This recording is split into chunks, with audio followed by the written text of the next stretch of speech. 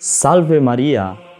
As we have approached the month of May, which is the month dedicated to the Blessed Virgin Mary, we shall discuss today about a central theme that is linked with the apparition of Fatima. Now some of you may think the following: if I am a Catholic who lives in the 21st century, why should I give importance to an apparition that took place 100 years ago? However, we should not forget that Our Lady gave in Fatima a message which shall be relevant to men of all places and all times. In a time when the world was drowned under the terror of First World War, Our Lady appeared to 3 shepherd children on the 13th of May 1917 at Fatima. Lucia, Jacinta and Francisco, who were 3 little shepherds, were the same ones whom Our Lady had chosen to speak to the little and the mighty ones of mankind. Her message was a simple and a profound message that invited the world to change from its evil lifestyles. She requested to propagate the devotion of the Holy Rosary and frequent penance for the conversion of sinners as a means of preventing God's chastisement that He would send if mankind did not abandon its sins.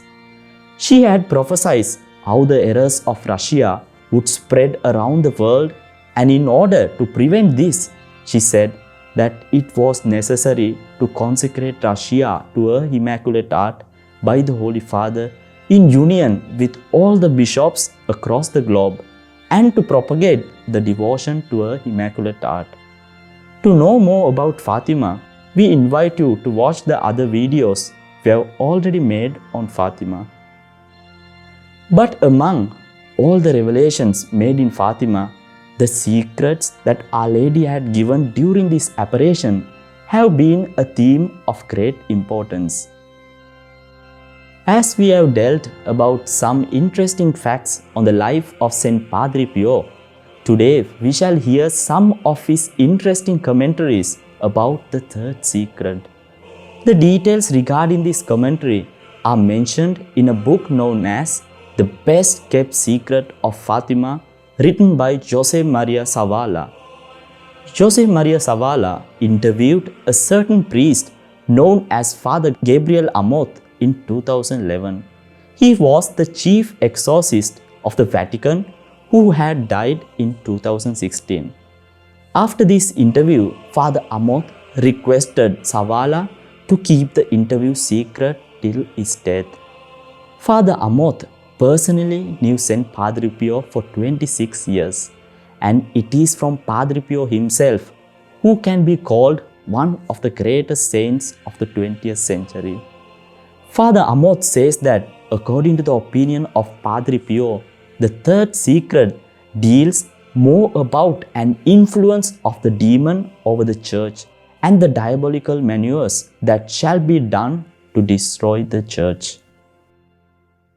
During this interview, Father Amorth said some interesting details about the consecration of the world to the Immaculate Heart made by Pope John Paul II. Father Amorth said that there was no such consecration then.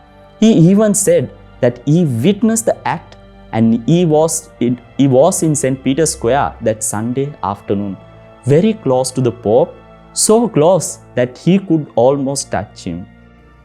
Then Zavala, who was conducting the interview, asked why he so forcefully believes that the consecration was not done.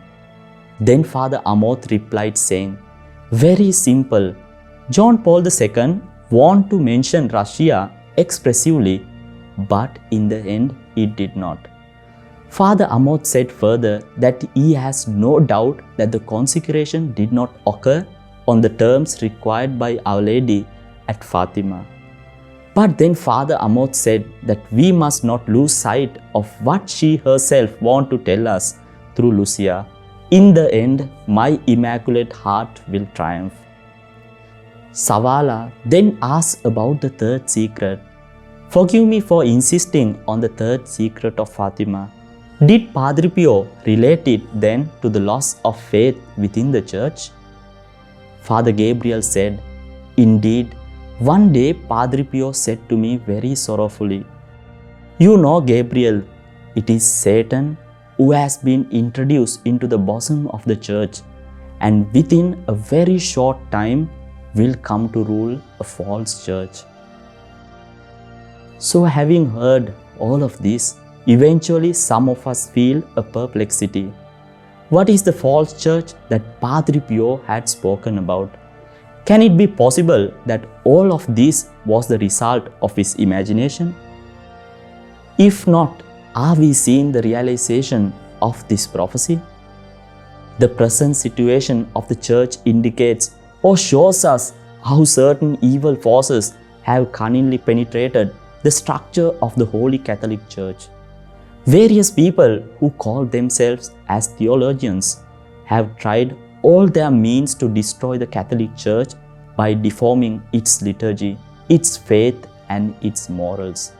We see how the spirit of the world has penetrated even into the souls of them who were the Holy Catholic Church. Some of them say that the Church should follow the spirit of the world and adapt itself by changing its faith and its dogma. How many of them defend sinful attitudes and ways of being under the word theology? Having considered our present situation in this perspective, it is not difficult to understand the false church referred by Saint Padre Pio. It shall be a church or false church that shall be like another Babel tower. It may continue to adapt itself to worldly customs and shall abandon all that has to do with the true Catholic faith. Nevertheless, let us not forget the words of Padre Pio and be true sons and daughters of the Holy Mother, the Church. The Church has passed through so many trials, but since God protects the Church, let us not fear. For our Lord has promised to Saint Peter that the gates of hell shall not prevail. Therefore, the time shall come when there will be a great renewal within the Church. May God bless you. Salve Maria.